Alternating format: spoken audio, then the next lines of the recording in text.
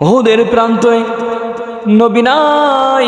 কথাটা শুনে মহিলা আনসারী সাহাবী পাগল পারা হয়ে উহুদের প্রান্ত দিকে রওনা দিলেন।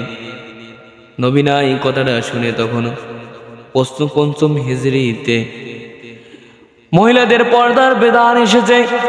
উহুদের প্রান্ত তৃতীয় হিজরিতে হয়েছে।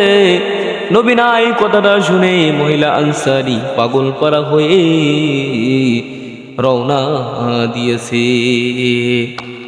পথের মাঝে একজন বলে, ও মহিলা, তোমার স্বামী নাই?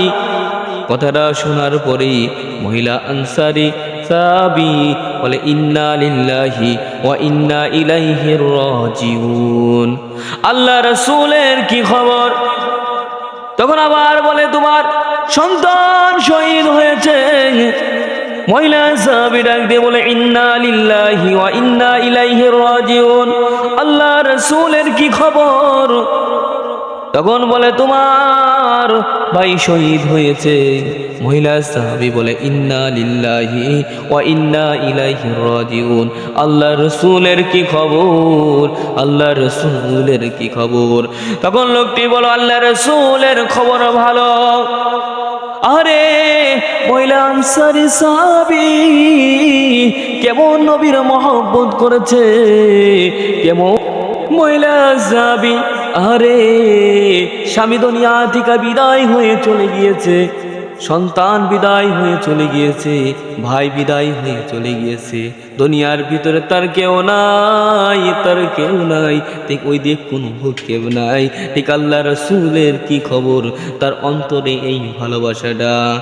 মহিলা আনসারী সাহাবী বলে, আল্লাহ রাসূলের যতক্ষণ পর্যন্ত আমি আমার চামড়ার চোখ দিয়ে দেখব না, ততক্ষণ পর্যন্ত আমার চোখ শীতল হবে না। উহুদের প্রান্ত দিকে রওনা দিলেন। রওনা দেওয়ার পরে যখন উহুদের প্রান্তে গেলেন, নবীকে দেখতে পেলেন। দেখার সাথে সাথে মহিলা আনসারী সাহাবী চোখের পানি ছেড়ে দিলেন।